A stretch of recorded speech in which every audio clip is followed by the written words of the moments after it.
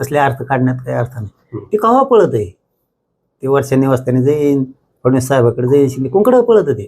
त्याचा अर्थ ते धरण्यात करत. मागं एकदा असंच पळालो कुठंतरी ते, तर म्हणले हा दिल्लीला फिल्लीला गेलं तर काय माहित.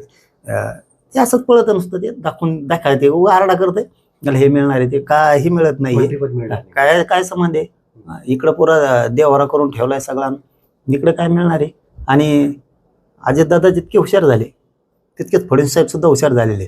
ते कशाला संपून घेते त्यांचा पक्ष इतकी घाण घेऊन.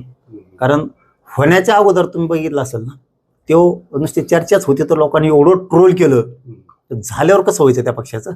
त्यामुळे हे जवळपास ना अशी माहिती मिळते की हे गेल्यातच जमा होते तिकडं, गेल्यातच जमा होते. पण आता हे दुर्दैवी घटना घडली, पुन्हा हे इथंच टाकले. नाही तर यांचं आत्ता पण दुखत होतं, आत्ता पण दुखत होतं. याचे दुखणे नीट झाले, लगेच पळायला सुरुवात झाली लगेच. म्हणजे हे आमचं म्हणणं नाही ते त्यांच्या पक्षाचा विषय, पण सावध राहणं खूप गरजेचं आहे.